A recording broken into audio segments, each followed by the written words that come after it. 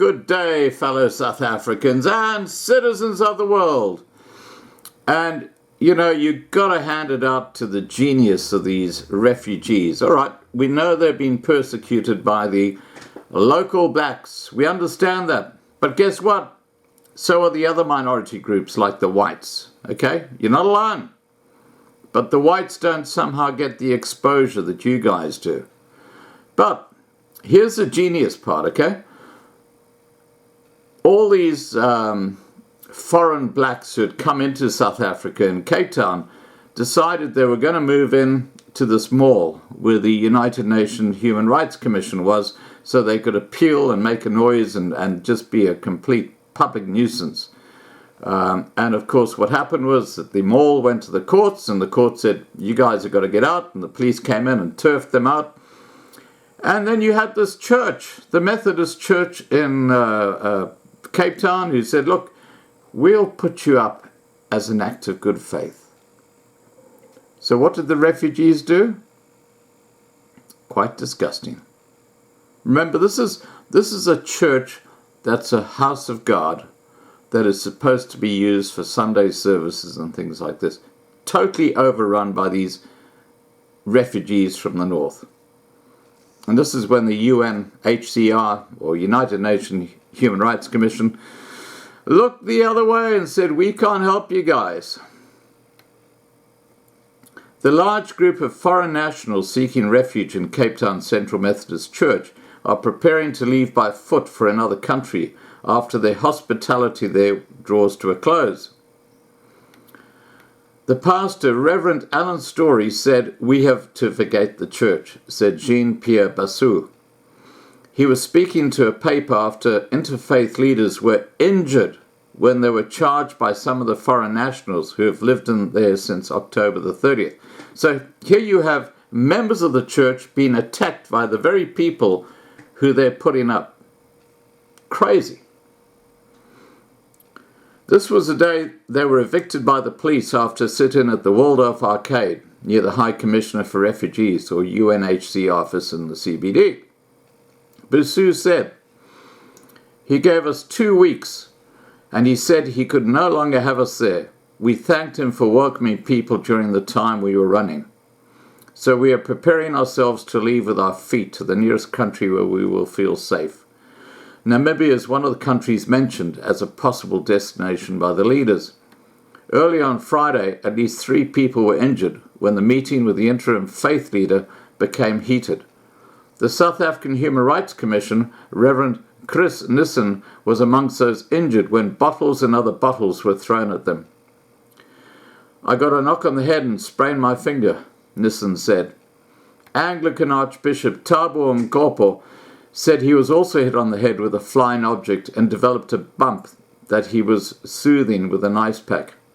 He added the primary reason for being there was to help escalate intervention for the group of around 600 people, including children, and to provide pastoral support to other religious leaders who had been working tirelessly to help where they could at the church.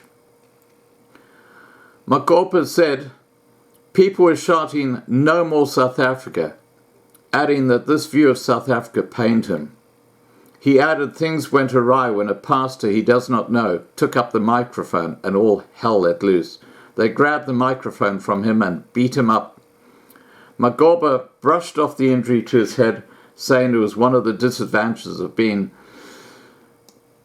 tall. Story said, contrary to a previous report, he was not injured.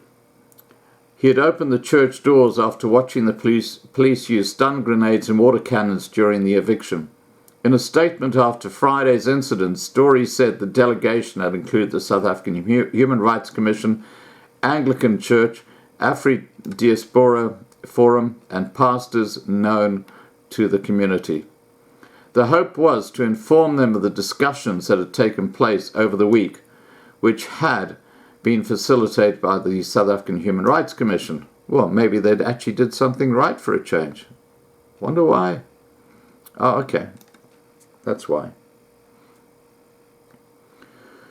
So anyway, it had been facilitated by the South African Human Rights Commission as well for me to request that people begin to vacate the sanctuary.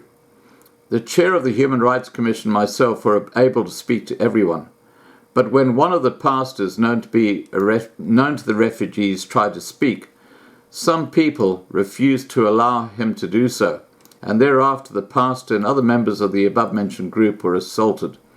Story said a semblance of calm was restored with the help of some of the refugee leaders and refugees intervening to protect people.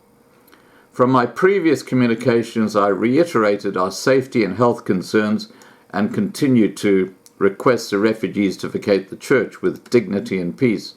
I call on the relevant agencies to give support. I call all to be calm, to respect people, said Story. Even the people who have done this. We will continue to talk. We will continue to expect the best of people. All of us have the ability to be patient and peaceful, and I call on all of us to activate that ability now. Basu said, people became angry when the NGOs, which they did not want anything to do with, joined the interfaith delegation on Friday. The strain of living in a hot, cramped condition is beginning to show. They also found that some of the people at a meeting on Monday had gone behind their backs and interacted with organizations they wanted nothing to do with. Such a small world.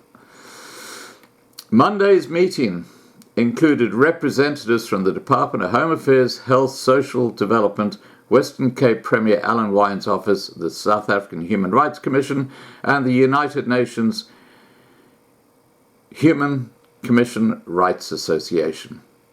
Bassau said they made it clear that organizations such as the Scalabrini Center and Adonis Masati project that focus on refugee support, as well as the University of Cape Town's Law Clinic and Sonke Gender Justice, were not welcome at Monday's talks.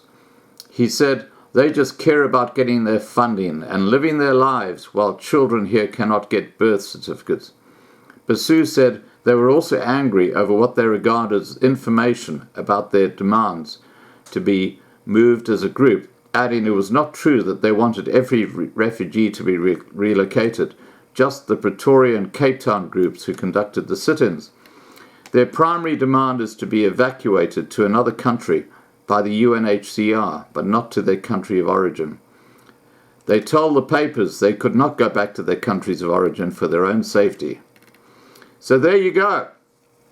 Here the small number of blacks from the north who've come into South Africa are getting huge publicity in the papers, while tens of thousands, hundreds of thousands of white South Africans would love to leave South Africa, but they're getting no publicity at all. And they are, or they have been in that country for generations, but are being persecuted in an extreme way. All right, guys, please remember to subscribe to be kept informed. Please ring the bell to get the updates. Please share and like this video, and above all, stay safe. Bye for now.